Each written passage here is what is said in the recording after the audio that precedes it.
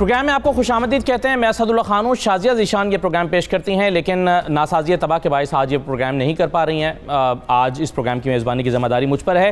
आज आसिफ अली ज़रदारी साहब पर फ़र्द जुर्म आयद होना थी, जो मशकूक ट्रांजैक्शन और फेक अकाउंट्स का जो केस है, जो रेफरेंस है, लेकिन आज उन्होंने नए तरमीमी ऑर्डीनेंस, जो नैब का नया ऑर्डीनेंस आया है, उसको बुनियाद बनाकर एक दरख्वास्त दायर की, और वो दरख्वास्त थी बरीयत की दरख्वास्त। यूँ कहा जा सकता है कि आसिफ ज़रदारी साहब इस नए तरमीमी ऑर्डीनेंस से फ़ायदा उठाने की कोशिश करने वाले पहले सियासतदान बन गए हैं।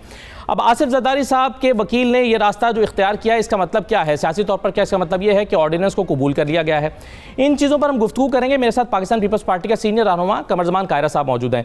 कायरा साहब, बहुत शुक्रिया। ये जो रास्ता लिया गया कानूनी तौर पर, अगरचे कानून इसकी इजाज़त देता है, फारूक एच नाइक साहब ने जो पटिशन ली उसमें साफ साफ वाज़ेह ये लिखा है कि नए ऑर्डीनेंस के आने के बाद बरियत बनती है, अब केस नहीं चलाया जा सकता, ये सहूलत ली जा सकती है इस ऑर्डिनेंस के जरिए। तो क्या इस ऑर्डिनेंस को फिर कबूल कर लिया गया है पीपल्स पार्टी की जानिब से?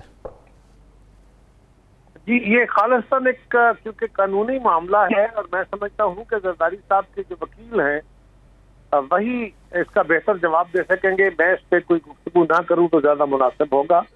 उसके ऑर्डिनेंस के ऊपर हमारा जो एतराज है वो इन प्रिंसिपल है, वो पर्सन स्पेसिफिक ऑर्डिनेंस है, लेकिन as far as the law is concern वो अपनी जगह मौजूद है इस वक्त। उसके ऊपर अगर उनके वकील ने कोई मौक़िफ़ लिया है तो वो वही कहकर बयान दे सकते हैं, उसके ऊपर मेरी बात करना मुनासिब नहीं। जी चलिए सर, इसके कानूनी पहलुओं पर गुफ्तगू ना कीजिए, लेकिन क्या आप सियासी तौर पर ये समझते हैं कि ये ऑर्डिनेंस इसको चैलेंज किया जाना चाहिए और ये नहीं होना चाहिए जो लाया गया है? जी, इसको चैलेंज करने का लीडर ऑफ द अपोजिशन ने अंदिया दिया है, वो मुशावरत कर रहे हैं, उसको चैलेंज किया जाएगा इंशाल्लाह। अच्छा कायरा साहब, आपने कहा कि ये आप गुफ्तगू कर रहे थे कि इसको चैलेंज किया जाएगा, और चैलेंज क्या पीपल्स पार्टी इसको चैलेंज करेगी कोर्ट में? देखिए, इस पे लीडर ऑफ द अपोजिशन मियां शहबाज शरीफ साहब ने अपोजिशन के मुश्तरका मौक़िफ़ के लिए मुशावरत करनी शुरू की है। उस पर मुशावरत हो रही है और उम्मीद है कि एक आध दिन में ये जो इशू है इसका हतमी फैसला हो जाएगा। इसको पार्लियामेंट में चैलेंज करने के लिए तो कौमी असम्बली का अजलास रेगुलेशन किया है अपोजिशन ने, लेकिन कानून की अदालत में चैलेंज करने के लिए उन्होंने मुशावरत की है। तो वो उससे बेहतर रोशनी तभी डाली जा सकेगी जब ये वो फैसला करके उस पर कोई हतमी फैसला अपोजिशन करती है। और इसमें पीपल्स पार्टी की राय क्या होगी? क्या इसको कानून की अदालत में भी चैलेंज करना चाहिए? जी, मेरी जाती राय में इसको कानून की अदालत में चैलेंज करना चाहिए। मेरी जमात क्या फैसला करती है वो मुश्तरका अपोजिशन की जमातों से मुशावरत के बाद ही करें। कायरा साहब, और आपकी जाती राय में क्या पूरे के पूरे कानून को चैलेंज करना चाहिए या कुछ शिकों को चैलेंज करना चाहिए? देखिए, चैलेंज करना है उसके तरीकाकार को। बुनियादी तौर पे तरीकाकार पे एतराज है, पर्सन स्पेसिफिक लॉ पे एतराज है। अगर गवर्नमेंट का इरादा दुरुस्त है तो अपोजिशन को एतमाद में लेके उनसे बात करके फिर इस लॉ को वो पार्लियामेंट में ले आते, और अब भी ला सकते, अब भी लाया जा सकता है। इसको विड्रा करें। चेयरमैन नैब के चले जाने से कोई नैब ने डिसफंक्शनल नहीं हो जाना, ना केसेस खत्म हो जाए, ना प्रोसीडिंग, ना इन्वेस्टिगेशन। और लिहाजा अगर गवर्नमेंट का इरादा दुरुस्त है तो उनको चाहिए कि वो पार्लियामेंट के अंदर इसको एक कानून की शक्ल में लेके आए, उसके ऊपर बहस करके अपोजिशन की हुकूमत जो फैसला करेगी वो कानून नहीं होगा। जी कायरा साहब, चूंकि अभी तक ऑफिशियली तो इस पर कुछ डिसाइड नहीं हुआ मुत्तहिदा अपोजिशन के यहाँ, लेकिन जो दो तरह के मौक़िफ़ आ रहे हैं उसमें से एक ये है कि हम इस पूरे के पूरे कानून को इसलिए मुस्तरद करते हैं कि इससे हुकूमत को फ़ायदा होगा। अब हम जो है वो हुकूमत को फ़ायदा नहीं देना चाहते। आपके ख्याल में इसकी कुछ शिकें रैशनल हैं, उस पर बात होनी चाहिए और वो वाकई काबिल कबूल है? आपकी ज़ाती राय सर? इसकी शिकों के ऊपर बहस तो उस वक्त होगी जब हम इसको कानून की सूरत में एक प्रपोजल जो है वो पार्लियामेंट में ले होगी एक एक्ट के लिए, तो फिर इस पे बात करेंगे। अभी तो हम प्रिंसिपल बात कर रहे हैं ना, इनको ऑर्डिनेंस के ऊपर जाना नहीं चाहिए था। कायरा साहब, जरदारी साहब ये कह रहे हैं कि ये हुकूमत अपने आप को बचाने के लिए ऑर्डिनेंस लेकर आई है, तो इसके बावजूद आप ये समझते हैं, एक तरफ ये थॉट आपके यहाँ मौजूद है कि ये हुकूमत अपने लिए लेकर आई है, इसके बावजूद इसके तरीक़ाकार पर गुफ्तगू करके इसको आप पार्लियामेंट के थ्रू इंप्लीमेंट कराना चाहेंगे? देखिए, जब पार्लियामेंट में आएगा तो गवर्नमेंट कोई भी प्रपोजल ला सकती है। ये शब खून मार के नहीं, बैक डोर से नहीं, अगर उस प्रोसेस के तहत लाते हैं तो उसके ऊपर फिर पार्लियामेंट में बहस होगी, इसमें जो खराबियां हैं वो दूर की जाएंगी। अभी तो गवर्नमेंट के वज़रा के बयानात आपके सामने है ना, उन्होंने कहा कि इसका इम्पैक्ट जो है वो मौसर बमाजी नहीं होगा, वो यहाँ से ऑनवर्ड होगा। इसका मतलब क्या हुआ कि इस गवर्नमेंट से ऑनवर्ड होगा, ये तो इस तरह की लेजिस्लेशन तो नहीं हो सकती। लिहाजा जब ये मामला पार्लियामेंट में आएगा, ओपन फ्लोर पे आएगा, तो उसके ऊपर डिबेट होगी कि क्या बेहतर है, क्या नहीं है, किस तरह होना चाहिए, कहाँ तक होना चाहिए, इस बातें उस वक्त आ जाएंगे उसमें। सही है। एक और मामला सर, मैं आपकी, चूंकि आप जाती राय देना चाह रहे हैं तो मैं जाती ही राय आपकी लेना चाहूँगा इस हवाले से भी कि आगा सराज दुरानी साहब जो हैं, आपके ख्याल में बतौर स्पीकर वो अपने मनसब की तौहीन नहीं कर रहे? अगर अदालत ने, 2 रुकनी बेंच ने उनकी बेल कैंसिल की है, उनको सरेंडर नहीं कर देना चाहिए? देखिए जी, उनको सरेंडर करना चाहिए, ये उनका फैसला है, लेकिन जब तक वो किसी कोर्ट ऑफ लॉ से कन्विक्टेड नहीं है, बेल रिजेक्ट हो जाना कन्विक्शन नहीं है, कन्विक्टेड नहीं है, he has the right to continue. Sir लेकिन गिरफ्तारी का मतलब भी तो कन्विक्शन नहीं होगा ना? अगर गिरफ्तारी अगर उनकी हो जाती है तो कन्विक्शन तो नहीं हो रही है। ये उनका जाती इशू है, बिल्कुल। अगर वो समझते हैं कोर्ट का फैसला तो गिरफ्तारी का इशू नहीं होगा ना। अगर कोर्ट ने बेल कैंसिल की है तो गिरफ्तारी हो जाएगी। इस पर भी कानूनी तौर पर एक राय उनको दी गई है कि आप गिरफ्तारी देकर, और ये जो नैब का नया ऑर्डिनेंस आया है इसके थ्रू नैब कोर्ट के पास चले जाएं जो है वो अपनी जमानत लेने के लिए। देखिए, ये एक लीगल इशू है, इस लीगल इशू के ऊपर मुझे राय देने का हक नहीं है किसी के बारे में। वो अपने केस के बारे में खुद बेहतर फैसला कर सकते हैं उन्होंने क्या करना। सही है। तो कायरा साहब, आप ये समझते हैं कि आगा सराज दुरानी साहब जो हैं, इनको गिरफ्तारी पेश करके अपनी अखलाकी बर्तरी साबित करनी चाहिए? ये फैसला आगा सराज दुरानी साहब ने करना है कि वो क्या करते हैं, ये उनका इंडिविजुअल फैसला है। ये मेरी पार्टी के इश्यूज के या पॉलिटिकल इश्यूज से इसका ताल्लुक नहीं है। हो सकता है आपकी राय मौसर हो सकता है उनके वकला उनको जो राय दें उनके लिए वो बेहतर हो। उन्होंने एक लीगल ग्राउंड पे जाके अपनी बात करनी है, और लीगल ग्राउंड पे कोई मैं राय नहीं दे सकता क्योंकि मैं वकील नहीं हूँ। सही है। अच्छा, मैं सियासी सवाल एक आध आपसे करना चाहता हूँ कायरा साहब, क्या ये जो पीडीएम का फोरम है इसको दोबारा इस्तेमाल किए बगैर एक मुत्तहिदा अपोजिशन, जिसका मकसद कुछ उसी किस्म का हो जो पीडीएम का था, एक मुत्तहिदा अपोजिशन के नाम से एक अंडरस्टैंडिंग आपकी पीएमएलएन के साथ और बाकी पार्टीज के साथ मौजूद है?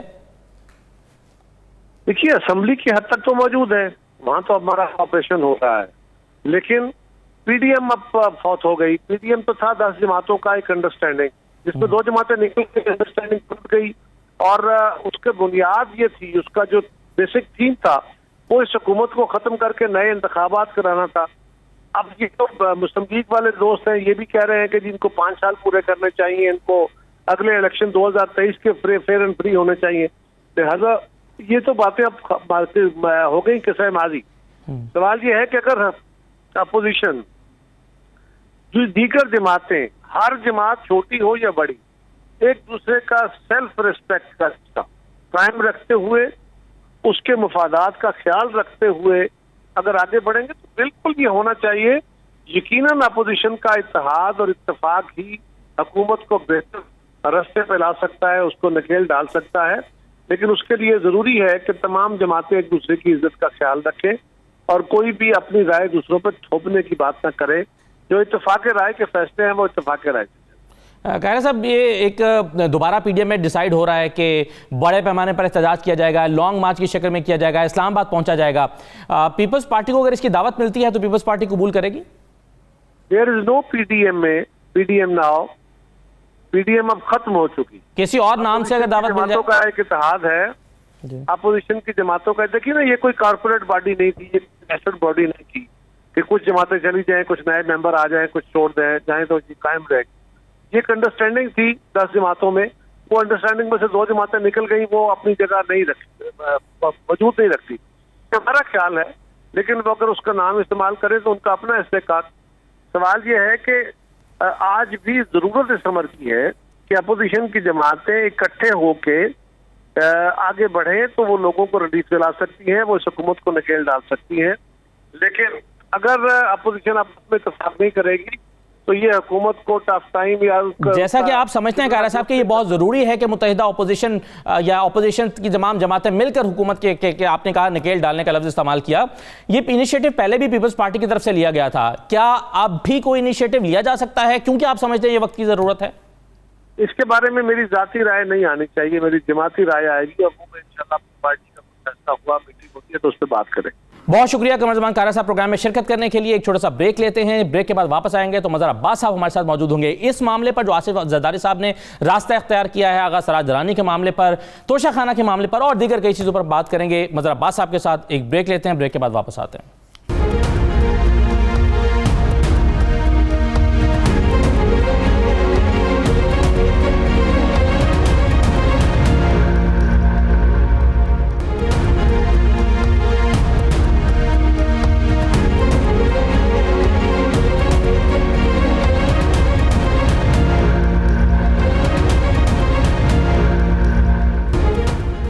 ब्रेक के बाद आपको दोबारा खुशामदीद कहते हैं। सीनियर सहाफ़ी और तजज़ियाकार मज़हर अब्बास साहब मेरे साथ मौजूद हैं। मज़हर साहब, दो तीन चीज़ों पर मुझे आपसे बात करनी है। सबसे पहले तो ये कि नया जो तरमीमी ऑर्डिनेंस है उससे फ़ायदा उठाने की कोशिश करने वाले आसिफ जरदारी साहब पहली सियासी शख्सियत बन गए हैं। आज उन पर फ़र्द जुर्म आयद होना थी, लेकिन उन्होंने बरियत की दरख्वास्त दी और पटिशन में लिखा कि जो नया तरमीमी ऑर्डिनेंस है उसके बाद ये फ़र्द जुर्म आयद नहीं हो सकती बल्कि बरी कर दिया जाए। आप क्या समझते हैं कि इसके नतीजे में हम ये अखज़ करें कि पीपल्स पार्टी ने ऑर्डिनेंस कबूल कर लिया है? देखिए, नहीं, ये तो नहीं करना चाहिए, लेकिन जब तक ऑर्डिनेंस होगा जब तक तो आप उससे रिलीफ लेने की कोशिश करेंगे। ये तो नहीं करेंगे कि आप रिलीफ ना लें।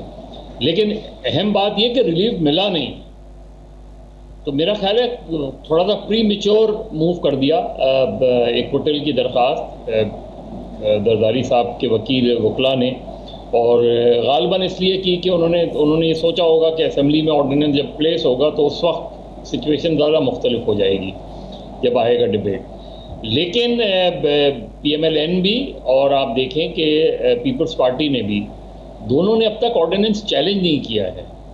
तो गालिबन एक थिंकिंग हो सकता है कि ये डेवलप हो रही हो कि इसकी मुकम्मल तौर पे ऑर्डिनेंस के ख़िलाफ़ ना जाएं, इसकी कुछ क्लॉजेस के ख़िलाफ़ जाएं और कुछ क्लॉजेस को जो है ना वो निकालने की कोशिश करवाएं। लेकिन जहाँ तक रिलीफ का है वो लेने की कोशिश करेंगे, क्योंकि और भी बहुत से केसेस हैं, पीपल्स पार्टी के भी बहुत से केसेस हैं, PMLN के भी बहुत से केसेस हैं, और चूँकि इसका दायरा जो है काफ़ी पहले से है, तो इसलिए वो ये ज़रूर कोशिश करेंगे। इसीलिए गालिबन चैलेंज करने में भी ताख़ीर हो रही है, और ऐन मुमकिन है कि ये ऑर्डिनेंस जब पार्लियामेंट में पेश किया जाए तो उस वक्त कोई कमेटी बने और उस कमेटी में कुछ चीज़ें ऐड की जाएँ, कुछ चीज़ें निकाली जाएँ, और कुछ चीज़ें गवर्नमेंट की मान ली जाएँ, कुछ चीज़ें अपोजिशन की मान ली जाएँ। मुझे लग ये रहा है कि शायद कम्प्लीटली ऑर्डिनेंस की रिजेक्शन की तरफ से शायद ये अपोजिशन ना जाए जी। तो मतलब कल जब राना सनाउल्लाह साहब इसी प्रोग्राम में बात हो रही थी तो राना सनाउल्लाह साहब ये कह रहे थे कि हम इसको अवाम की अदालत में चैलेंज करेंगे। इसका मतलब इससे तासुर ये मिलता है कि वो इसको सुप्रीम कोर्ट में चैलेंज करने का इरादा नहीं रखते। तो क्या आपके ख्याल में मुस्लिम लीग नून की भी यही राय होगी कि इसको चैलेंज ना किया जाए, क्योंकि इसमें ज़्यादातर चीज़ें जो है वो फ़ायदे की हैं?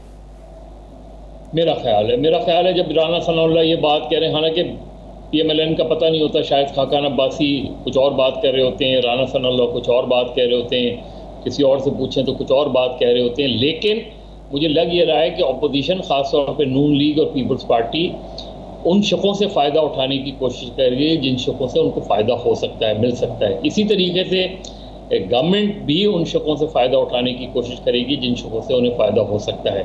इसीलिए कोई कॉम्प्रोमाइज़ के इम्कानात खारिज इम्कान नहीं है। ऐन मुमकिन है कि कोई कॉम्प्रोमाइज़ पार्लियामेंट के अंदर हो जाए और ये तरमीमी ऑर्डिनेंस जो है वो किसी न किसी शक्ल में पार्लियामेंट अडॉप्ट कर ले। ये मुझे लग रहा है, क्योंकि इसका दायरा इन्होंने वसी कर दिया है। हालांकि जब आप कम्प्लीटली किसी चीज़ को रिजेक्ट करते हैं, चैलेंज करते हैं, तो फिर कम्प्लीटली करते हैं। ये नहीं कि जिस ऑर्डिनेंस से ये क्लॉजेज निकाल दी जाए और ये नहीं निकाल दी जाए। मुझे ये लग रहा है कि, और इसीलिए लग रहा है क्योंकि अब उस तरह फोर्सफुली ऑर्डिनेंस को रिजेक्ट नहीं किया जा रहा जिस तरह फौरी तौर पे किया गया था। हालांकि मेरे लिहाज से इसमें बहुत सी प्रॉब्लम कबूल कर लिया गया है, इसे लग यही रहा है कि शायद किसी न किसी, लेकिन मसलहतन है इसमें कुछ चीज़ें कोशिश करेंगे, कुछ चीज़ें इसमें से गवर्नमेंट एग्री कर ले, और ऐन मुमकिन है कि गवर्नमेंट ने मूव भी इसी वजह से किया हो कि वो कुछ चीज़ें एक्सेप्ट कर लेंगे, जिसमें शायद जो है वो चेयरमैन नैब की जो पावर है या उनको नॉन एक्सटेंडेबल वाली वो है, उसको वन टाइम कर दिया जाए कि वन टाइम के लिए इनकी कुछ महीने के लिए, 3 महीने के लिए इस पे होगी लड़ाई।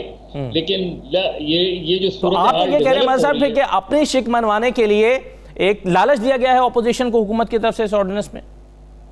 देखिए ना, गवर्नमेंट ने अपने लिए भी रिलीफ लिया है। अब जाहिर है अगर आप ये कह रहे हैं कि इन शोबों में नैब के दायरा इख्तियार ख़त्म कर दिया गया है, उन शोबों में वफाकी काबीना के फैसले भी शामिल हैं, सूबाई काबीना के फैसले भी शामिल हैं। इसका मतलब है, और ये जब कानून बन रहा है तो ये आगे के लिए बन रहा है, इसका मतलब है अगली जो गवर्नमेंट आएगी उसको भी फ़ायदा होगा इस चीज़ का। लेकिन ये इससे एहतिसाब के अमल को फ़ायदा नहीं होगा। सही है। अच्छा, अब आप आगा सराज दुरानी साहब को देखें मज़हर साहब, तो उसमें भी सिंध हाई कोर्ट ने उनकी बेल कैंसिल की है, लेकिन वो गिरफ्तारी नहीं दे रहे, भाग रहे हैं। उनकी भी कोशिश शायद ये है कि वो नैब कोर्ट के पास जाकर गिरफ्तारी ले लें, क्योंकि नया ऑर्डिनेंस सपोर्ट करता है कि अब वो नैब कोर्ट जो है वो वहाँ जाकर वो अपनी ज़मानत जो है वो दोबारा से ले लें। तो आप एक तो दोनों तरह से कॉमेंट कीजिएगा कि क्या आपके ख्याल में ये जो गिरफ्तारी से बचने की कोशिश है आगा सराज दुरानी की, ये भी इसीलिए है कि वो इस नए ऑर्डिनेंस से फ़ायदा उठा लें, और दूसरा ये कि क्या बतौर स्पीकर उनको सरेंडर नहीं कर देना चाहिए? पहली चीज तो ये कि उन्हें गिरफ्तारी दे देनी चाहिए। देखिए, हाई कोर्ट ने उनकी वो रिजेक्ट की है। आप जाएं अदालत में, उसके गिरफ्तारी के बाद भी तो आप ऑर्डिनेंस से फायदा उठा सकते हैं ना, बजाय इसके कि स्पीकर सिंध असेंबली आप अपने आप को लाफिंग स्टॉक बना रहे हैं, हर जगह ये मजाक उड़ रहा है, आप छुपते फिर रहे हैं। एक ज़माना था कि आदमी सियासी वजूहात की बिना पे छुपता फिरता था, सियासी मुकदमात होते थे। लेकिन अगर हाई कोर्ट के लेवल पे, और ये सुप्रीम कोर्ट इसलिए नहीं जा सकते कि सुप्रीम कोर्ट ने ही ये केस रेफर बैक वापस भेजा सुप्रीम कोर्ट को, जी वापस भेजा था। तो अगर आपने नैब को इस ऑर्डिनेंस के तहत रिलीफ लेना भी है, तब भी स्पीकर सिंध असेंबली हैं आगा सराज दुरानी पुराने पार्लियामेंटेरियन हैं, इनको ये सोचना चाहिए कि इस तरह हाई कोर्ट से, देखिए वैसे पुलिस से फरार होना एक चीज़ होती है, लेकिन हाई कोर्ट की बेल रिजेक्ट होने के बाद फरार होना बिल्कुल दूसरी चीज़ होती है। मेरा ख्याल है जो भी आगा सराज दुरानी साहब को ये मशवरा दे रहा है, और या वो ये खुद सोच रहे हैं, वो अपने लिए मुश्किलात में इजाफा कर रहे हैं। ये मुश्किलात कल, आज नहीं तो कल पकड़े जाएंगे, कल नहीं तो परसों पकड़े जाएंगे। इवन आप नैब की अदालत में भी जाएंगे तो आपको सरेंडर तो करना पड़ेगा पहले। मेरा ख्याल है आगा सराज दुरानी ने गलती की है। ये जो गलती करते हैं, गलती पे गलती किए जा रहे हैं गिरफ्तारी से बचने के लिए। सही। अच्छा मतलब एक सवाल और, वो ये कि हुकूमत हमें रिलक्टेंट दिखाई देती है तोशा खाना के हवाले से वज़ीर आज़म को मिलने वाले तहाइफ की तफसीलात बताने से। बावजूद इसलिए इस्लामाबाद हाई कोर्ट कह रही है कि आप ये तफसीलात बताएं, लेकिन हुकूमत ये कहती है कि ये क्लासिफाइड इन्फॉर्मेशन है, ये शेयर नहीं की जा सकती, इससे कई ममालिक के साथ हमारे ताल्लुकात ख़राब होंगे। आपको क्या अमरमाने इसमें दिखाई देता है? क्यों हुकूमत रिलक्टेंट है और क्यों छुपाना चाहती है तोशा खाना की तफसीलात को? पहले तो ये बताएं कि अगर ये क्लासिफाइड चीज़ थी तो फिर यूसुफ रज़ा गिलानी पे क्यों अप्लाई होगी? तो क्लासिफाइड तो नहीं है। ये मेरा ख्याल है तब क्लासिफाइड नहीं थी, अब क्लासिफाइड है। हाँ, अब क्लासिफाइड। मेरा ख्याल है गवर्नमेंट अपने आप को, मुझे समझ में नहीं आता हुकूमत का, और इमरान खान जो बहुत बड़े दाई हैं एहतसाब के और अपनी गवर्नमेंट की ट्रांसपेरेंसी के, ये बिल्कुल उसके खिलाफ जाती है। फ़र्ज़ करें आप ये समझते भी हैं, और शायद कुछ ममालिक ने उनके बकौल ये कहा भी गया होगा कि इसको पब्लिक ना करें। हालांकि एक चीज़ ये होती है कि आप जमा कराते हैं, उसके बाद आप नीलाम करते हैं या जो भी होता है, लेकिन अगर ये सब की वजह से आप ये समझते भी हैं तो आप जाके पार्लियामेंट के इन कैमरा सेशन में बता दें। आप अदालत से दरख्वास्त करें कि आप इन कैमरा वो कर लें, और इन कैमरा हम आपको गवर्नमेंट को वो कर लें, और हाई कोर्ट उसको वेरीफाई कर ले। लेकिन रिफ्यूज़ल, मना करना कि हम नहीं बता सकते, ये मेरा ख्याल है ये गवर्नमेंट के हक़ में नहीं जाएगा, गवर्नमेंट के खिलाफ जाएगा। बहुत शुक्रिया मज़हर अब्बास साहब प्रोग्राम में शिरकत करने के लिए। मज़हर अब्बास साहब मौजूद थे। एक छोटा सा ब्रेक लेते हैं, ब्रेक के बाद वापस आते हैं और अफगानिस्तान की सूरत हाल बात करते हैं। क्या ये सिर्फ दो अदारों का टकराव हुआ है कि अफगान सिविल एविएशन अथॉरिटी ने जो है वो पाकिस्तान की एयरलाइन के साथ एक झगड़े की सी सूरत पैदा की है और पाकिस्तान ने अपना फ़्लाइट ऑपरेशन मुअत्तल किया है, या फिर ये दो मुल्कों के ताल्लुकात पर असरअंदाज हो रहा है मामला? इस पर बात करते हैं तफसील से एक ब्रेक के बाद।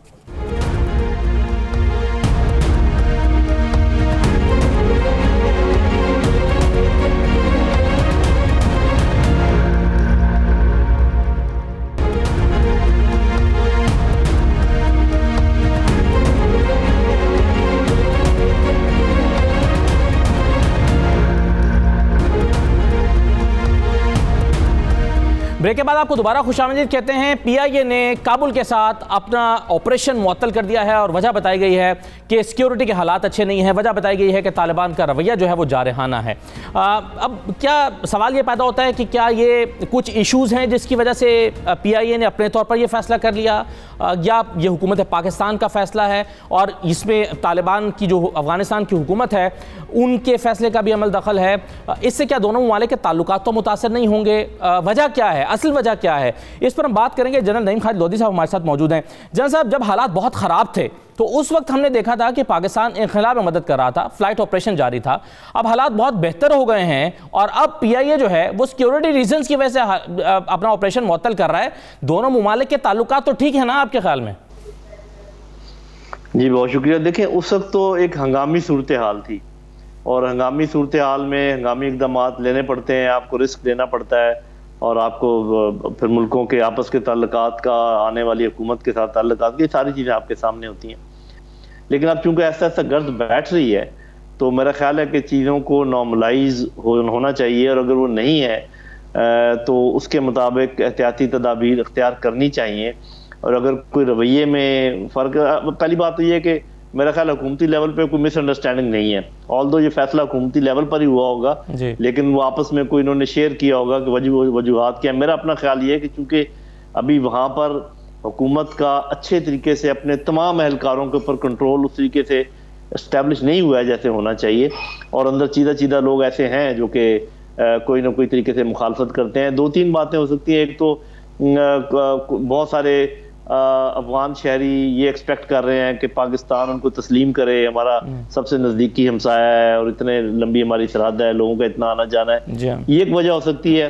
या फिर अफगान तालिबान के रैंक्स में ऐसे लोग मौजूद हो सकते हैं जिनके जहन में कोई कड़वाहट हो पाकिस्तान के सिलसिले में, होनी तो नहीं चाहिए क्योंकि हमने तो इंडिविजुअल का फैसला तो अफगानिस्तान से भी इंडिविजुअल्स का फैसला तो नहीं हो सकता। ये अफगान एविएशन का अपना फैसला तो नहीं हो सकता कि वो पाकिस्तान को ये कहे कि आप अपने किराए कम करें अपनी एयरलाइन के, वरना आपका ऑपरेशन बंद कर देंगे। ये जाहिर है हुकूमत ही का फैसला होगा ना। तो क्या हुकूमत एहसान फरामोशी कर रही है? ये इंडिविजुअल से कोई कोताही हो सकती है, इंडिविजुअल से कोई बदजुबानी हो सकती है, लेकिन ये फैसला इंडिविजुअल का नहीं होगा डेफिनेटली। और मेरा ख्याल है कि पूरी दुनिया ने चूंकि बहुत ज्यादा बढ़ा दिया है, बाकी सब एयरलाइन ने अपने किराए बढ़ाए हैं, इसलिए कि वहाँ पर सिक्योरिटी का इशू, इंश्योरेंस कॉस्ट बढ़ गई है। वो जी इंश्योरेंस कॉस्ट बहुत बढ़ गई है, उसकी वजह से है। तो लेकिन मुझे लगता है कि ये टेम्परेरी एक अफेयर है जिसको अगले चंद रोज में बातचीत के जरिए हल कर लिया जाएगा और कोई बहुत बड़ा इशू मुझे इसमें नजर नहीं आता। अदरवाइज दुनिया को ये पैगाम नहीं जाएगा कि दोनों ममालिक के दरमियान एक एतमाद की कमी पैदा हुई है, जिसकी वजह से एक इतना बड़ा यानी मुश्किल वक्त में जब पाकिस्तान ने मदद की और अब जो है वो पाकिस्तान को की पॉलिसीज को इम्प्लीमेंट करने में एक रुकावट पैदा कर रहे हैं और धमकी दे रहे हैं कि अगर आपने एयरलाइन का किराया कम ना किया तो हम आपका ऑपरेशन बंद करेंगे। और फिर जो खबरें इंटरनेशनल मीडिया ने रिपोर्ट की हैं वो ये है कि पाकिस्तान के हमले को गन पॉइंट पर ले लिया गया कुछ लोगों की जानिब से वहां पर। हाँ, वही मैं कह रहा हूँ कि इस किस्म के इंडिविजुअल एक्ट इसमें हो सकते हैं और वो अभी और बातें क्लियर होंगी चंद दिनों के बाद। और मेरा अपना ख्याल ये है कि ये जल्दी रिजॉल्व हो जाएगा। पहले भी कुछ इश्यूज हुए हैं, पाकिस्तान का झंडा उतारा गया बेरुखती की, उसके भी आपको पता है कि फिर उसका फौरी तौर पे एक्शन हुआ, लोगों को सजाएं भी मिली और सब कुछ हुआ। तो ये थोड़ा सा हसास मामला है। मेरा ख्याल बहुत ज्यादा इस पे गुफ्तगू करना भी दुरुस्त नहीं, बहुत ज्यादा अंदाजे लगाना दुरुस्त नहीं, क्योंकि हकायक जितने मालूम है उतने ही मालूम है। जो दो बातें उन्होंने कही हैं, सिक्योरिटी की बात और थोड़ी सी जो मिस हैंडलिंग है, तो मेरा ख्याल है कि अगले कुछ दिनों में ये सेटल हो जाएगी इंशाल्लाह। सही है। अच्छा जनरल साहब, ये बताएं कि दोहा मीटिंग का आउटकम क्या रहा आपके ख्याल में? एक तरफ अमेरिका कह रहा है कि हम आपको तस्लीम नहीं करेंगे और वाज़ेह तौर पर कह रहा है कि हमने अफगानिस्तान को तस्लीम करने पर न गौर किया है न इस पर बात हुई है। दूसरी तरफ वो मीटिंग भी कर रहा है। वो फिर मीटिंग क्यों कर रहा है, मुलाकातें क्यों कर रहा है? देखिए, ये मुलाकातें तो आपको पता है करने के मुख्तलिफ वजूहात हो सकती हैं, जिसको टेस्टिंग दी वाटर्स कहते हैं। धमकी अगर आपने कन्वे करनी हो ऐसी जो कि आप चाहें कि मीडिया के थ्रू ना कन्वे की जाए, डायरेक्ट कन्वे की जाए, या कोई और अच्छी बात कन्वे करनी हो जो वो चाहते हो मीडिया के थ्रू ना की जाए, डायरेक्ट की जाए, तो ऐसी बहुत सारी वजूहात हो सकती है। लेकिन मेरा अपना अंदाज़ा ये है कि देखिए, इसमें कोई शक नहीं होना चाहिए पाकिस्तान को, पाकिस्तान के अवाम को, अफगानिस्तान को, अफगानिस्तान के अवाम को, कि अमेरिका और उनका करीबी हलीफ भारत और कुछ और मुल्क किसी भी सूरत में इस नई हुकूमत की कामयाबी नहीं चाहते, ना इसको वो देखना चाहते हैं, वो इसको नाकाम करना चाहते हैं। तो अगर ये चीज़ समझ में आ जाए तो बाकी चीज़ें आसान हो जाती हैं। सही है। अच्छा जन साहब, जो अमीर मुत्तकी ने कहा कि अगर आलमी ताकतें तस्लीम नहीं करेंगी तो फिर दुनिया की सलामती मुतासिर होगी, ये धमकी है, इंतबाह है उनकी तरफ से, क्या है? नहीं, मेरा ख्याल है कि उन्होंने अपनी एक कमज़ोरी का या एक वल्नरेबिलिटी का एहसास दिलाया है कि जो इकोनॉमिक मसाइल हैं और उसके बाद एडमिनिस्ट्रेटिव मसाइल हैं, उसके साथ फिर टेररिज्म के मसाइल हैं, ये अगर आप हमें पहले दो में हमारी हेल्प नहीं करेंगे तो तीसरा शायद हम पूरा ना कर पाएं, क्योंकि नेचुरली उसके लिए आपको रिसोर्सेज तो चाहिए ना। आपने लड़ाई करनी है और उनको ख़त्म करना है या उनके साथ कोई सख्ती रवा रखनी पड़ेगी, तो उसके लिए आपको वसाइल चाहिए। तो अगर आप को यही जान के लाले पड़े हों कि लोग खाएंगे कहाँ से और लोगों को तनख्वाहें कहाँ से देंगे, तो मेरा ख्याल है कि धमकी से ज़्यादा उन्होंने अपनी वल्नरेबिलिटी का एहसास दिलाया है और ये कहा है कि ये वल्नरेबिलिटी बाकी दुनिया के लिए भी कोई अच्छी साबित नहीं होगी।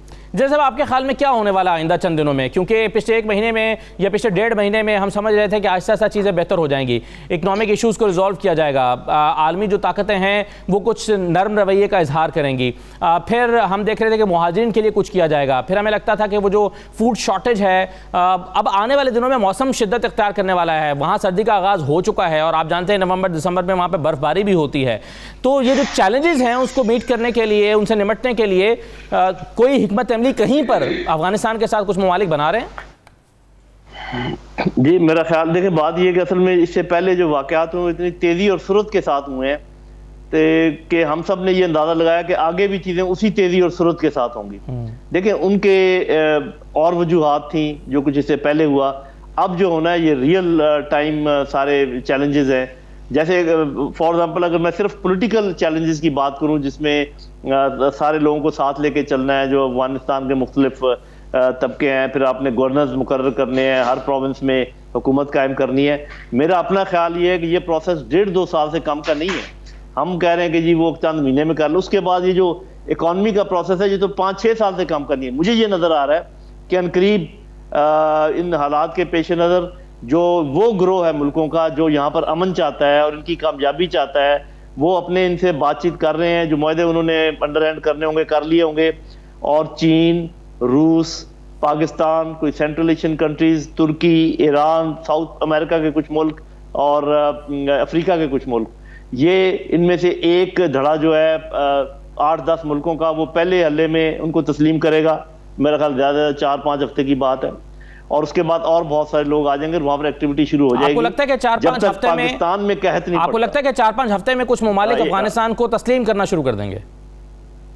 इंशाल्लाह, ये मेरा अपना अंदाजा है। और एक और बात मैं बता दूं, जब तक पाकिस्तान में कहत साली ना हो हमारे अफगान भाई भूखे नहीं मरेंगे कभी भी इंशाल्लाह। अच्छा, और वहां पर उनको सपोर्ट करने के लिए खुदा ना खास्ता यहाँ कुछ सफर तो नहीं करना पड़ेगा? नहीं होना चाहिए, मेरा ख्याल है ये तो होगा। साफ ज़ाहिर है कि आपकी जैसे भी डॉलर का एक मसला है उसमें पार्शली अफगानिस्तान भी एक वजह है। इसी तरीके से अगर गंदम महंगी होती है और खाने पीने की चीजें महंगी होती हैं तो उसमें अफगान फैक्टर जरूर होगा। और अफगानिस्तान की मदद को इंटरनेशनल कम्युनिटी पाकिस्तान के लिए जिस अंदाज में देख रही है और पाबंदियों के बिल पेश कर रही है और इस पर गौर कर रही है कि अगर पाकिस्तान ने हद से ज़्यादा उनकी मदद की तो फिर पाकिस्तान को इसके नतीजे भुगतना पड़ सकते हैं, ये पाकिस्तान को जाहिर है इस बात का तो एहसास है ना? जी, लेकिन इस बारे में मेरा तजज़िया ये है कि पाकिस्तान को नतीजे in any केस भुगतना पड़ेंगे। ये पाकिस्तान ने फैसला करना है कि आपने प्याज और जूते दोनों खाने हैं, ये एक चीज़ खानी है। सही है। जन साहब ये बताएं कि वो खैर खा ममालिक अफगानिस्तान के, पाकिस्तान समेत, जो उन्हें मशवरा दे रहे थे बल्कि इसरार कर रहे थे कि आप इंक्लूसिव गवर्नमेंट बनाएं ताकि आपको तस्लीम करने की राह हमवार हो, अफगानिस्तान ने इस पर, अफगानिस्तान की जो हुकूमत है उसने इसको तस्लीम नहीं किया और इस पर कोई पेशरफ्त भी नहीं हुई और मामला वहीं पर खड़े हैं जो 2 महीने पहले जहाँ खड़े थे। इसके बावजूद आपको लगता है कि अफगानिस्तान की हुकूमत को इस शर्त को मनवाए बगैर हमसाया ममालिक और खैर खा ममालिक तस्लीम कर लेंगे? देखिए, जो इंक्लूसिव हुकूमत की डेफिनेशन है ये तो ना इधर से कभी गई है ना उधर से कभी आई है। ये तो आपको भी मालूम है कि मुझे भी मालूम है कि जो उनकी ये अबूरी काबीना है इसमें उज़्बेक्स भी हैं, इसमें ताजिक्स भी हैं, इसमें नूर ज़ईफ़ भी हैं अब अगर इंक्लूसिव हुकूमत का ये मतलब है कि कारज़ई को इसमें शामिल किया जाए, अशरफ गनी को शामिल किया जाए, अब्दुल्ला को शामिल किया जाए, तो वो तो भाई बहुत ही, मैं कहूँगा, इर्रेशनल डिमांड है, अगर जिसके ज़हन में भी ये डिमांड है। तो मेरा अपना ख्याल ये कि जब ये गवर्नर्स का अपॉइंटमेंट हो जाएगी और मुख्तलिफ जो इनके सूबे हैं उनकी हुकूमत बन जाएगी, तो वो आपको बहुत इंक्लूसिव नज़र आएगी। बाकी ये है कि जो वेस्टर्न डिमांड है इंक्लूसिवनेस की, वो तो मैं हमेशा कहता हूँ कि तालिबान उल्टे भी हो जाएं, उन्होंने तो नहीं मानना, इसलिए कि वो तो इनको नाकाम करना चाहते हैं। लेकिन मुझे इस बात की समझ नहीं आती कि पाकिस्तान, चीन, रूस वगैरह इन्होंने इतनी सख्त लाइन क्यों अख्तियार की हुई है, जबकि मेरे अपने हिसाब में उनकी हुकूमत किसी न किसी हद तक इंक्लूसिव ऑलरेडी है। और ये जिन ममालिक का आप नाम ले रहे हैं, पाकिस्तान, चाइना, रशिया, ताजिकिस्तान, ये लोग जिनके बारे में आप समझते हैं कि इनको अफगानिस्तान की हुकूमत को तस्लीम कर लेंगे, तो इनके तस्लीम करने से वेस्ट की सेहत पर कोई फ़र्क पड़ेगा? उन्हें लगेगा कि हाँ, कुछ ममालिक तस्लीम कर लिया है तो हमें भी कुछ और ममालिक को भी तस्लीम कर लेना चाहिए, क्या इससे कोई फ़र्क पड़ेगा? जी, पहले तो आपने ताजिकिस्तान का अंदर नाम लिया, तो आपको पता होना चाहिए कि इस रजीम के जितने दुश्मन हैं वो सारे ताजिकिस्तान में बैठे हुए हैं जी। तो ताजिकिस्तान को आप उन मुल्कों में शामिल ना करें। ताजिकिस्तान जरूरी नहीं है कि उन पहले को माने जी, लेकिन जो मगरबी ममालिक है, मैंने आपको बता दिया, वो बोले कुछ भी, वो नाकामी चाहते हैं और किसी भी कम अज कम 2-3 साल तक वो तस्लीम नहीं करने के, चाहे ये सोने के बन जाए। बिल्कुल सही है, ठीक है, बहुत शुक्रिया जनरल नईम खालिद लोधी साहब। हम सब के लिए अफगानिस्तान की जो सूरत हाल है उसमें बेहतरी आती हुई तब तक नज़र नहीं आती जब तक दुनिया की बड़ी ताकतें जो हैं उसको तस्लीम नहीं करती, उसके एसेट्स को अनफ्रीज नहीं करती, उसके मसाइल हल करने के लिए आगे नहीं आती। मसाइल जूं के तूं बरकरार हैं। अब देखते हैं कि आने वाले दिनों में क्या सूरत हाल पैदा होती है। एक छोटा सा ब्रेक लेते हैं और ब्रेक के बाद आप वापस आकर पंजाब हुकूमत के हवाले से एक स्टोरी आपके साथ शेयर करते हैं। नई गाड़ियाँ खरीदी जा रही हैं, वज़ीर आला पंजाब के लिए नया तैयारा लाया जा रहा है, इसके लिए करोड़ों रुपए खर्च हो रहे हैं, बल्कि अरबों रुपए खर्च हो रहे हैं तैयारे को अगर मिलाकर देखा जाए।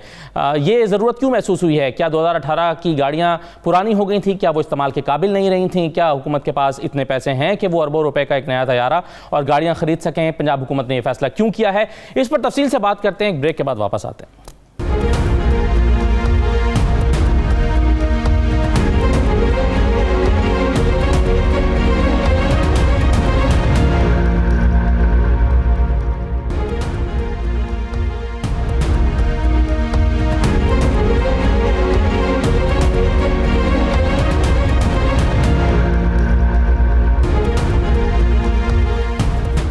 ब्रेक के बाद आपको दोबारा खुशामदीद कहते हैं। खबर यह है कि वज़ीर आला पंजाब के लिए एक नया एयरक्राफ्ट खरीदा जा रहा है जिसकी कीमत तकरीबन 8 अरब रुपए है। वज़रा के लिए 46 गाड़ियां खरीदी जा रही हैं तकरीबन 18 करोड़ रुपए की कीमत से, और पहली मरतबा तारीख में वज़रा के लिए 1800 सीसी गाड़ियां खरीदी जा रही हैं। इससे पहले जो वज़रा के पास गाड़ियां मौजूद थी वो 2018 मॉडल की थी, जिनके बारे में इत्तला है कि वो ख़राब हो गई हैं, वो काम नहीं कर रही, या उनमें से बेशतर गाड़ियाँ जो हैं वो मेंटेनेंस मांग रही हैं। और फिर इसी तरह से वज़ीर आला को नया तैयारा भी चाहिए। ये स्टोरी फाइल की है अनवर हुसैन सुमरा साहब ने, उनकी एक्सक्लूसिव है। सुमरा साहब हमारे साथ मौजूद हैं। अनवर सुमरा साहब, ये सबसे पहले तो ये बताइए, ये 2018 की गाड़ियों को क्या हुआ कि नई गाड़ियां वज़रा के लिए ख़रीदनी पड़ रही हैं? जी देखें, बात ये है कि गवर्नमेंट के जो फाइनेंशियल रूल्स हैं उनमें ये क्लियर कट लिखा हुआ है कि गवर्नमेंट कोई भी गाड़ी ख़रीदती है तो उसकी जो 3 लाख माइलेज के बाद उसकी इंस्पेक्शन होगी। इंस्पेक्शन के बाद देखा जाएगा कि वो ऑफ रोड करनी है या ऑन रोड रखनी है, उसकी रिपेयर एंड मेंटेनेंस को कंटिन्यू करना है। जब तब्दीली सरकार की पंजाब में हुकूमत आई तो वज़रा को, जो साबका वज़रा थे शहबाज शरीफ साहब के सूबाई, उनसे जो वापस गाड़ियां ली गई थी वो इनको दी गई, तो इन्होंने कहा हमने नहीं लेनी। तो फिर 2018 की जो गाड़ियां थी जो सूबाई सेक्रेटरीज़ के पास थी या मुख्तलिफ कंपनीज़ के पास थी, उनको कलेक्ट किया गया और वज़रा के हवाले कर दी गई। उस वक्त वो 0 मीटर गाड़ियां थी। अब ये गाड़ियां चला रहे हैं पिछले 3 साल से, और इन 3 सालों में तकरीबन इन गाड़ियों की रिपेयर एंड मेंटेनेंस पे जो है 2 करोड़ 41 लाख रुपया सरकारी ख़जाने से लगाया गया है। अब आप अंदाज़ा लगा रहे हैं कि इतनी बड़ी रकम जब लगी होगी तो गाड़ी की रिपेयर जो है बहुत आला किस्म की हुई होगी। अब फैसला ये हुआ है कि वज़रा ने कहा कि हमारी गाड़ियां जो हैं वो ठीक नहीं चलती, लिहाजा हमें जो लग्जरी गाड़ियां दी जाएं। ये हिस्ट्री में पहली दफ़ा हो रहा है कि माजी की जो हुकूमतें थी सूबाई, उनके वज़रा को 1300 सीसी गाड़ी दी जाती थी। अनलिमिटेड पेट्रोल होता है, उसके अलावा POL होता है और ड्राइवर होता है। इन्होंने कहा हमने 1800 सीसी गाड़ियाँ लेनी।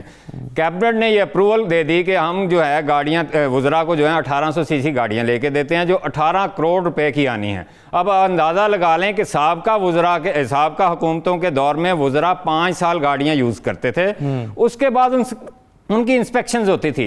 अब ये वज़रा जो हैं इनकी कारकर्दगी आपके सामने है, ये किस तरह गाड़ियाँ, तो इन गाड़ियों की इंस्पेक्शन ही नहीं की गई क्या? नहीं देखें, इंस्पेक्शन हुई है लेकिन कोई भी गाड़ी 3 लाख माइल से ऊपर अभी तक नहीं चली। ठीक है। और वो बिल्कुल फिट और है। क्या इनकी मेंटेनेंस होती रही है साथ साथ? बिल्कुल मेंटेनेंस होती रही है। देखें 2 करोड़ 41 लाख की 3 साल में सूबाई वज़रा की गाड़ियों की मेंटेनेंस हुई है, जबकि इतनी बड़ी रकम की जब मेंटेनेंस होगी तो डेफिनेटली उनमें बहुत सारे फॉल्ट जो हैं वो दूर हो चुके हैं। अच्छा, वज़ीर आला के तैयारे की तरफ तो बाद में आते हैं, पहले ये बताइए कि उनके पास उनके इस ज़ेर इस्तेमाल कितनी बुलेट प्रूफ और दीगर गाड़ियां मौजूद हैं? ये देखें, ये असद साहब बड़ी दिलचस्प बात है कि वज़ीर आला पंजाब सरदार उस्मान बुज़दार जब हुकूमत में आए तो ये वज़ीर आला हाउस शिफ्ट हुए। अगले दिन जब ये उठे तो सीधे ये वज़ीर आला के ट्रांसपोर्ट पूल में खुद गए। वहाँ जाके इन्होंने आइडेंटिफाई की गाड़ियाँ कि ये गाड़ियाँ जो हैं इनको सर्विस करवा के वज़ीर आला के लिए मुख्तस कर दी जाए। जो सरकारी रिकॉर्ड है उसके मुताबिक 16 लग्जरी गाड़ियाँ जो हैं उनमें बुलेट प्रूफ गाड़ियाँ भी हैं, वो वज़ीर आला और इनकी फैमिली के लिए रिज़र्व कर दी गई हैं इस्तेमाल के लिए। 16? हाँ जी, इस 16 गाड़ियाँ, उनमें से 3 गाड़ियाँ ऑफ रोड थी। अच्छा, अब ये जवाज़ ये पैदा किया जा रहा है कि वज़ीर आला के लिए एक और बुलेट प्रूफ गाड़ी जो है वो ख़रीदी जाए, जिसकी कीमत 9.5 करोड़ से लेकर 11.5 करोड़ रुपये है। अब जवाज़ में ये कहा जा रहा है कि जी क्योंकि इनके पास अच्छी कोई बुलेट प्रूफ गाड़ी नहीं है, जबकि सरकारी कार्ड जो हमने निकाला है उसमें ये लिखा हुआ है और गाड़ी का मेक आगे जो लिखा हुआ है 2015 के बाद 11 बुलेट प्रूफ गाड़ियां जो हैं पंजाब हुकूमत ने वज़ीर आला पंजाब जो हैं उनके इस्तेमाल के लिए ख़रीदी और उनके पूल में उनके लिए रिज़र्व हैं। अब ये कह रहे हैं कि जी हमारे पास बुलेट प्रूफ गाड़ी नहीं है। अब वज़ीर आला साहब को इतना शौक है गाड़ी चलाने का, सरकारी बुलेट प्रूफ हो या लग्जरी गाड़ी हो, वो 1-2 दफ़ा इस ख्यालात का भी कर चुके हैं और वो लाहौर में अक्सर निकले रहते हैं नई गाड़ी लेकर। वो अवाम के मसाइल हल करने के लिए, अवाम के मसाइल तक रसाई हासिल करने के लिए चक्कर भी लगाते रहते हैं। उनके पास उनके पूल में जो हैं इस वक्त 16 गाड़ियां हैं, 13 गाड़ियां वज़ीर आला के पूल की हैं, 2 गाड़ियां जो हैं इन्होंने लग्जरी जो हैं वो जो सुप्रीम कोर्ट के हुक्म से गाड़ियां कंपनी पब्लिक सेक्टर कंपनी से वापस ली गई थी वो वहाँ से ली गई हैं। इसके अलावा 3 गाड़ियाँ ऐसी हैं, एक जो DC है DG खां उसके डिस्पोजल पे है और एक कमिश्नर मुल्तान के डिस्पोजल पे है। मुबैना तौर पर वो गाड़ियां भी वज़ीर आला पंजाब के जो भाई हैं वो इस्तेमाल करते हैं। एक गाड़ी कमिश्नर रावलपिंडी के डिस्पोजल पे है, वो गाड़ी भी इनके ज़ाती इस्तेमाल में। आप अंदाज़ा लगा लें कि एक तरफ वज़ीर आज़म पाकिस्तान इमरान खान जब हुकूमत में आए थे तो सबसे पहले नारा लगाया गया था कि सरकारी मामलात में सादगी होगी और अखराजात में कफ़ायत शारी का कल्चर को प्रमोट किया जाए। कैबिनेट से अप्रूव हो गया है। देखिए, ये जो सूबाई वज़रा की गाड़ियाँ लेनी हैं ये कैबिनेट से अप्रूव्ड हो गई है। इसकी समरी मज़ीद पैसों के लिए वज़ीर आला पंजाब को जा चुकी है। अब जो वज़ीर आला पंजाब ने खुद ख्वाहिश जाहिर की है कि मेरे लिए भी एक बुलेट प्रूफ गाड़ी ख़रीदी जाए जो कि तकरीबन 9.5 करोड़ से लेकर 11.5 करोड़ रुपये उसकी मालियत बनती है। अगर कार लेते हैं तो 9.5 करोड़ पे की है जो अभी तजवीज़ चल रही है।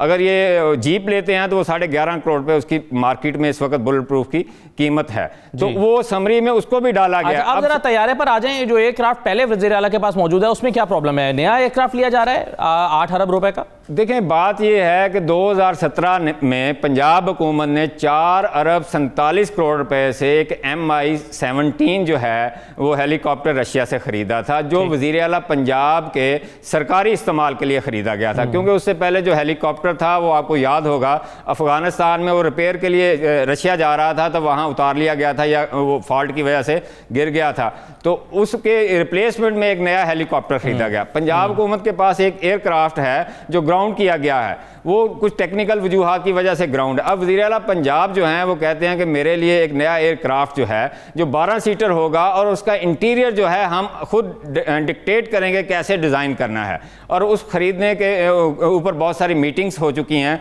प्रपोज़ल बन चुकी है जो वज़ीर आला पंजाब को दी जा रही है और उस प्रपोज़ल पे ये फैसला होना है कि वज़ीर आला पंजाब के लिए ये एयरक्राफ्ट ख़रीदा जाए।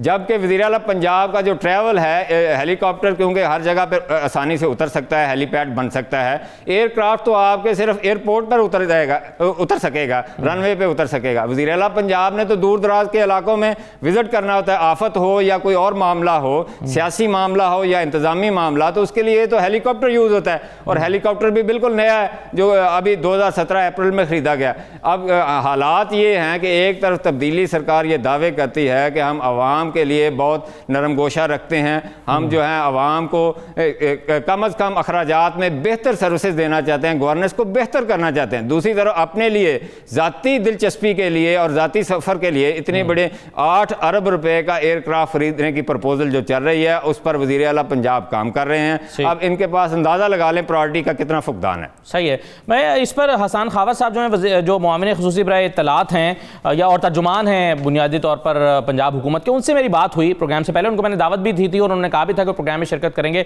आई डोंट नो वो क्यों नहीं अब शिरकत कर पा रहे हैं, लेकिन बहरहाल उनसे जो मेरी बात हुई इस मामले पर सुमरा साहब, उन्होंने ये कहा कि इनमें से बेशतर गाड़ियाँ चलने के काबिल नहीं हैं। कई ऐसी हैं जिनके टायर इस काबिल नहीं है कि आप इस्लामाबाद तक ट्रैवल कर सकें। अगरचे टायर, मेरा उनसे आर्गूमेंट ये था कि टायर तो तब्दील कराए जा सकते हैं, लेकिन बहरहाल उनका ये ख्याल है कि कई गाड़ियां जो हैं वो नाकारा हो गई हैं, वो चलने के काबिल नहीं है। तो मेरा आपसे सवाल ये, अगर वो हमें ज्वाइन कर लेते तो ज़्यादा बेहतर होता, लेकिन मेरा आपसे सवाल ये है कि क्या वाकई इनमें से कई गाड़ियां ऐसी हैं जो अब सड़क पर चलने के काबिल नहीं हैं?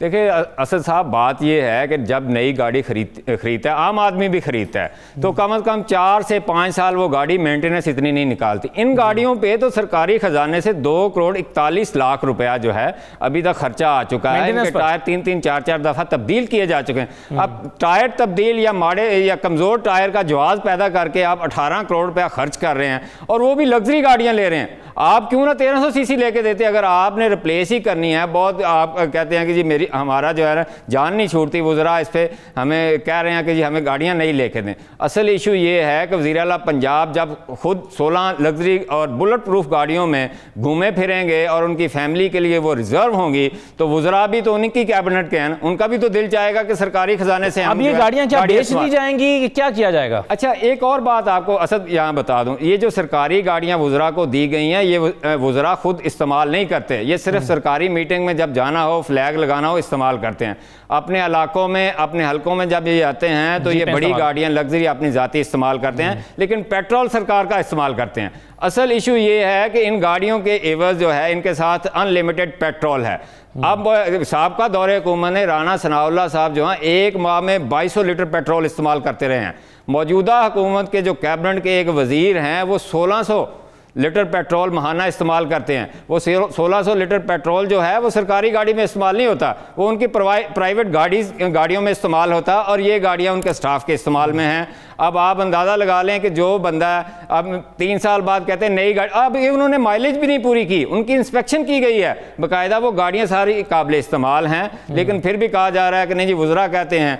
एक वज़ीर साहब जो हैं मियाँ महमूद रशीद साहब, उनकी गाड़ी का एक्सीडेंट हो गया, उनको इन्होंने नई लग्जरी गाड़ी दे दी। जो गाड़ियाँ सुप्रीम कोर्ट के हुक्म से अदालत ने वापस करवाई थी, वो रिज़र्व की गई थी कि सिर्फ VVIP ड्यूटी के लिए इस्तेमाल की जाएंगी, इसके अलावा कोई और इस्तेमाल नहीं होगा। उनमें से एक गाड़ी उनको दे दी गई। और मज़ेदार बात ये, दिलचस्प बात ये है कि साहब का जो 3 चीफ सेक्रेटरी थे, वो उन 38 गाड़ियों में से 4 गाड़ियाँ वो ले उड़े हैं। उनमें एक अकबर दुरानी साहब जो अब रिटायर्ड हो चुके हैं, उनके पास गाड़ी है।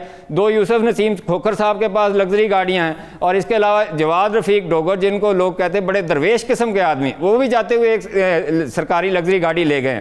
हालत ये है कि आपने वो गाड़ियाँ वापस नहीं ली जो इल्लीगल लोगों के पास हैं। अपने वज़रा को आप अभी गाड़ियाँ अच्छी हालत की हैं उनको रिप्लेस करने का सोच रहे हैं। क्या ये सरकारी खजाने पे अखराजात का बोझ नहीं पड़ेगा? ये वज़ीर आज़म की जो पॉलिसी थी कि सादगी होगी, कफ़ायत शारी होगी, उसके ये बिल्कुल यकसर मुख्तलिफ नहीं है।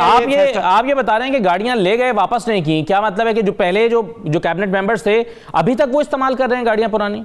नहीं, बात यह है कि जो साबका कैबिनेट थी, उन्होंने जब गाड़ियां सरेंडर कर दी थी, वही गाड़ियां नई कैबिनेट को दी गई जो तब्दीली सरकार की कैबिनेट थी। लेकिन इन्होंने कहा जी हम ये गाड़ियां यूज़ नहीं करेंगे। फिर इनको 2018 मॉडल गाड़ियां जो हैं, जो पंजाब हुकूमत के मुख्तलिफ महकमों में या पब्लिक सेक्टर कंपनीज के पास थी, वो वापस लेके इन वज़रा को दी गई। अब वो इनके इस्तेमाल में हैं। आप अंदाज़ा लगा लेना कि आप एक तरफ कहते हैं हमने पॉलिसी से सरेंडर नहीं करते, हम पॉलिसी से इधर उधर नहीं होते। पॉलिसी तो ये कहती है कि एक गाड़ी जो है सरकारी, जब वो नई आप खरीदेंगे वो 3 लाख माइल चलेगी, तो उसकी इंस्पेक्शन करके ऑन रोड रखना है या ऑफ रोड रखना है, उसका फैसला किया जाएगा। वो कमेटी बनी हुई है बाकायदा, लेकिन उसके बावजूद कहते हैं नहीं जी हमें तो लग्जरी गाड़ियां दें। ये बताएं कि वो जो भैंसें बेची गई थी शुरू में, उससे जो कीमत हासिल हुई थी, जो पैसे मिले थे, अब जो पैसे खर्च हो रहे हैं, इसकी कीमत में फ़र्क क्या है? यानी वो जो पैसे उस वक्त मिले थे उससे ज़्यादा खर्च हो रहे हैं? देखें वो भैंसें तो मेरा ख्याल एक सेरेमोनियल सा एक्ट था गवर्नमेंट का कि वो भैंसें बेच दें। पंजाब कहने का मतलब है कि वो पैसे चलें इस्तेमाल कर लेंगे, गाड़ियाँ खरीदनी है तो कुछ उनके एवज गाड़ियाँ तो नहीं आ सकती, लेकिन पंजाब हुकूमत ने भी कुछ पुरानी गाड़ियाँ बेची थी, तकरीबन 150 के करीब गाड़ियाँ पुरानी बेची थी, और ये एक अच्छा फैसला था कि वो एक ऑक्शन के जरिए बेची गई थी। अब इसका मतलब ये नहीं है कि अगर आपने पुरानी गाड़ियाँ बेची हैं तो नई गाड़ियों के एवज फिर नई गाड़ियाँ ले दें। उजरा के पास या तो पुरानी गाड़ियाँ खटारा गाड़ियाँ हो, वो चलने के काबिल ना हो, फिर तो जस्टिफाई करते हैं। और दूसरा बुलेट प्रूफ जो वज़ीर आला पंजाब के लिए खरीदी जा रही है, उसमें यह कहा जा रहा है कि जो मौजूदा बुलेट प्रूफ गाड़ियाँ वो भी पुरानी हैं, जबकि 2015 के बाद उनमें से 11 गाड़ियाँ उनमें से खरीदी गई थी। अब 2015 और अब 2021 में 6 साल का फ़र्क है। बुलेट प्रूफ गाड़ी जो है उसका लाइफ टाइम भी ज़्यादा है और उसकी ड्यूरेबिलिटी भी बहुत अच्छी होती है। अब कहा जा रहा है कि वो लंबा सफ़र नहीं करती। जस्टिफिकेशन आप जो मर्जी बना लें, लेकिन आपको सरकारी खजाने का भी तो ख्याल रखना। आवाम का क्या आपने इतना अच्छा लिविंग स्टैंडर्ड कर दिया है, आवाम को ऑस्टेरिटी का लफ्ज़ शायद अगर कि कोई भूल गया तो उसको याद दिलाना चाहिए, तो याद रखना चाहिए कि ऑस्टेरिटी भी और सादगी भी कोई चीज़ होती है। बहुत शुक्रिया अनवर सुन्ना साहब, आपने ये स्टोरी फाइल की और हमारे साथ ये स्टोरी शेयर की। आपको बहुत शुक्रिया प्रोग्राम में शिरकत करने के लिए। नाज़रीन, आज का प्रोग्राम था, इजाज़त दीजिए, अल्लाह हाफ़िज़।